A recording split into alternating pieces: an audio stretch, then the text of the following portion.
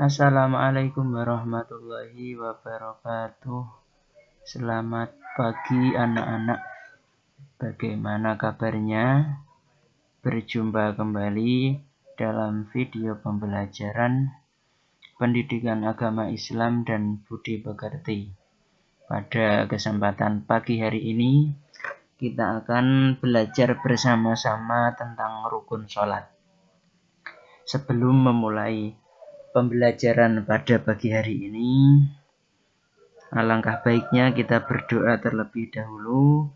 Semoga ilmu yang kita dapatkan adalah ilmu yang bermanfaat dan pembelajaran pada pagi hari ini berjalan dengan lancar. Berdoa mulai. A'udzubillahi minasyaitonirrajim. Bismillahirrahmanirrahim. Raditu billahi rabba wa bil islami dina wa bi Muhammadin sallallahu alaihi wasallama nabiyya wa rasulah. Rabbi zidni ilman nafi'a warzuqni fahman thayyiba. Amin ya rabbal alamin. Berdoa selesai. Oke, kita langsung ke materi pembahasan yang akan kita lakukan pada pagi hari ini, yaitu rukun sholat. Yang dimaksud dengan rukun sholat yaitu sesuatu yang wajib dilakukan pada saat melaksanakan sholat. Berarti kalau kita meninggalkan rukun sholat, sholatnya tidak sah. Berbeda dengan sunnah sholat. Nanti ada rukun sholat, ada sunnah sholat. Kalau sunnah sholat itu tidak dikerjakan, sholatnya tetap sah.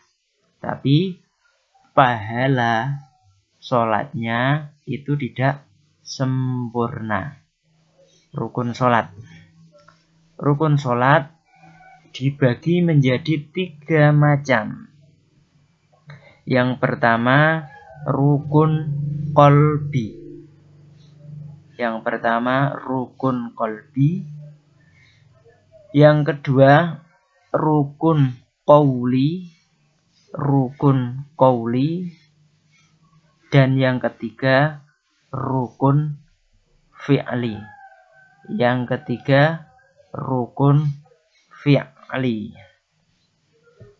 Yang pertama, rukun qalbi. Pengertiannya apa rukun qalbi? Pengertiannya yaitu pekerjaan sholat yang harus dilakukan oleh hati. Rukun qalbi ada 1, yaitu niat. Berarti kita melakukan niat itu hukumnya wajib, dan niat itu dilakukan oleh hati.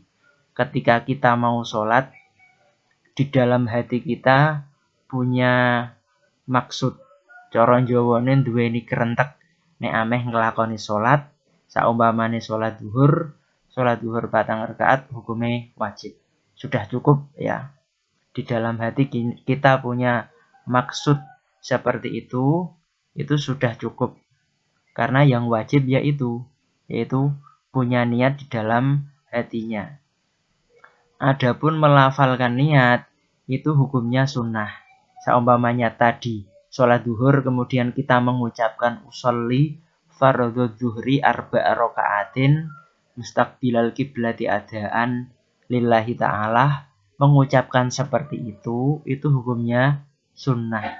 Untuk apa? Untuk menolong hati kita supaya lebih mantap apa yang ada di dalam hati kita. Dan seumpamanya tidak melafalkan usolli fardhu zuhri sampai akhir itu, sholatnya sah apa enggak? Sholatnya tetap sah, dengan catatan di dalam hatinya sudah berniat ia mau melakukan sholat apa dan seterusnya. Oke, yang pertama rukun qalbi cuma ada 1, yaitu niat. Yang kedua rukun qauli. Rukun qauli yaitu rukun yang harus diucapkan oleh lisan. Pada waktu mengucapkan rukun qauli, minimal harus bisa didengar diri sendiri. Apabila tidak ada gangguan pendengaran dan tidak ada suara gaduh. Ini yang harus diperhatikan. Kalau kita membaca bacaan sholat, nggak boleh membaca dalam hati. Atau nggak boleh kita membaca pelan. Sangat pelan sekali. Sehingga diri kita sendiri itu tidak mendengarnya. Makanya minimal kita membaca bacaan dalam sholat itu harus bisa paling tidak bisa didengar dirinya sendiri. Kalau tidak bisa didengar dirinya sendiri saking pelannya, maka tidak sah. Sholatnya tidak sah. Kecuali ada gangguan pendengaran orangnya. Orangnya punya gangguan pendengaran.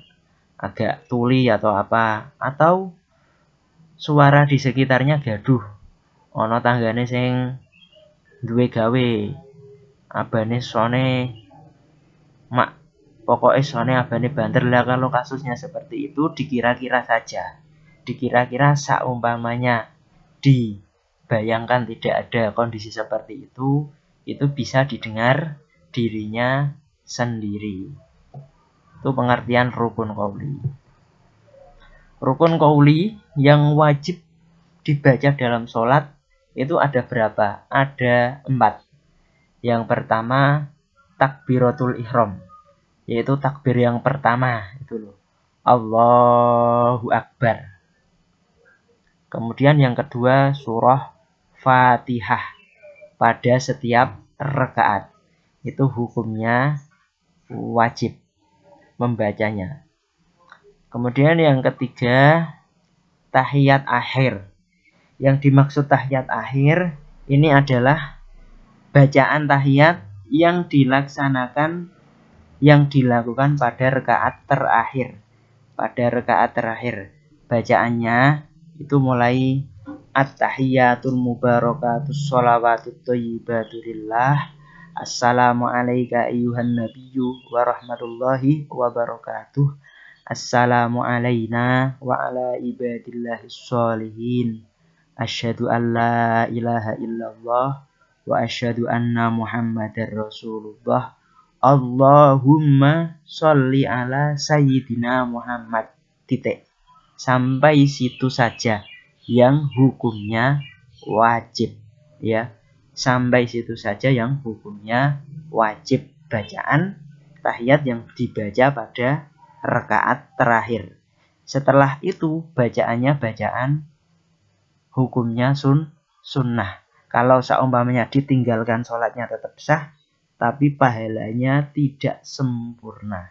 Diingat-ingat ya, bacaan tahiyat tadi yang hukumnya wajib yang termasuk rukun qauli. Dari at-tahiyatul mubarakatus sholatu thayyibatulillah sampai Allahumma sholli ala sayyidina Muhammad. Kemudian yang keempat, salam pertama. Bacaan salam pertama ya. Assalamualaikum warahmatullah. Titik. Cuma assalamualaikum warahmatullah. Nggak usah ditambahi assalamualaikum warahmatullahi wabarakatuh. Sudah cukup ya. Assalamualaikum warahmatullah. Yang pertama itu hukumnya wajib.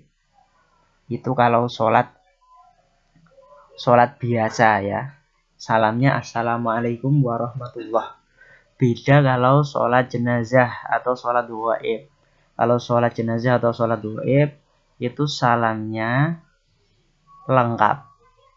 Kalau sholat jenazah atau sholat gaib berarti salamnya assalamualaikum warahmatullahi wabarakatuh.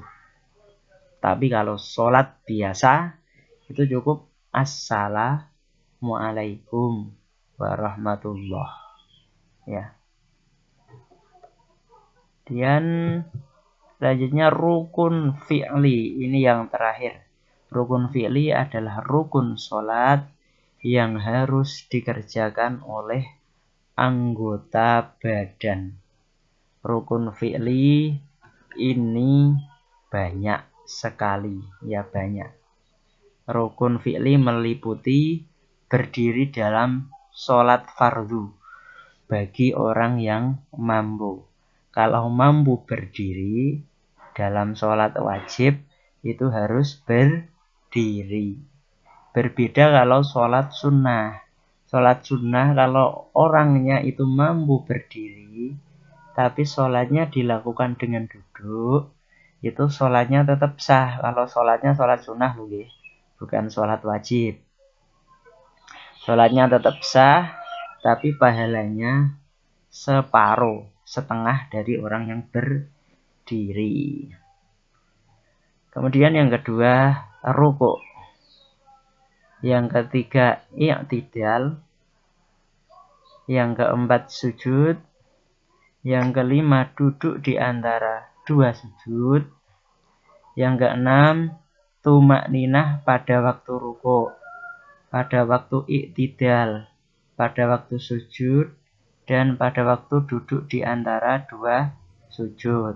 Tumakninah itu apa? Yang dimaksud dengan tumakninah adalah berdiam diri sejenak dengan kadar waktu cukup untuk membaca subhanallah. Berarti yang wajib dalam ruku', i'tidal, sujud, duduk di antara dua sujud adalah tumakninah. Anteng, nggih. Anteng kira-kira antenge iku iso cukup nggo maca subhanallah. Sing penting anteng, ora anggere nek salat jendal-jendul tok. Ruku' urung anteng terus langsung i'tidal. I'tidal urung anteng langsung sujud. Nek kaya ngoten niku salate tidak sah. Adapun bacaannya, ya, bacaan subhana rabbiyal a'la, subhana rabbiyal azimi, sami Allahu liman hamidah, itu hukumnya sunnah. Saumpamanya tertinggal, itu sholatnya tetap sah. Tetapi pahala sholatnya tidak sempurna. Ya, pokoknya tumakninah itu harus diperhatikan dalam sholat supaya sholatnya tetap sah. Kemudian yang terakhir, yang nomor 7, duduk tahiyat akhir. Duduk tahiyat akhir ini merupakan rukun fi'li. Kalau ditinggalkan sholatnya tidak sah. Lah, selain dari ini semua, itu nanti hukumnya sunnah. Seperti membaca surah pendek, kemudian duduk istirahah, kemudian doa kunut ketika sholat subuh. Pokoknya selain dari 3 ini, selain dari rukun fi'li, rukun qauli, dan rukun qalbi, itu hukumnya sunnah. Hukumnya sunnah, saumpamanya tertinggal, itu sholatnya tetap sah, tapi pahalanya tidak sempurna. Oke. Sekian pembelajaran pada pagi hari ini. Semoga memberi manfaat. Kita tutup dengan bacaan hamdalah. Alhamdulillahirabbil alamin. Tugasnya silahkan cek link deskripsi. Sekian. Wassalamualaikum warahmatullahi wabarakatuh.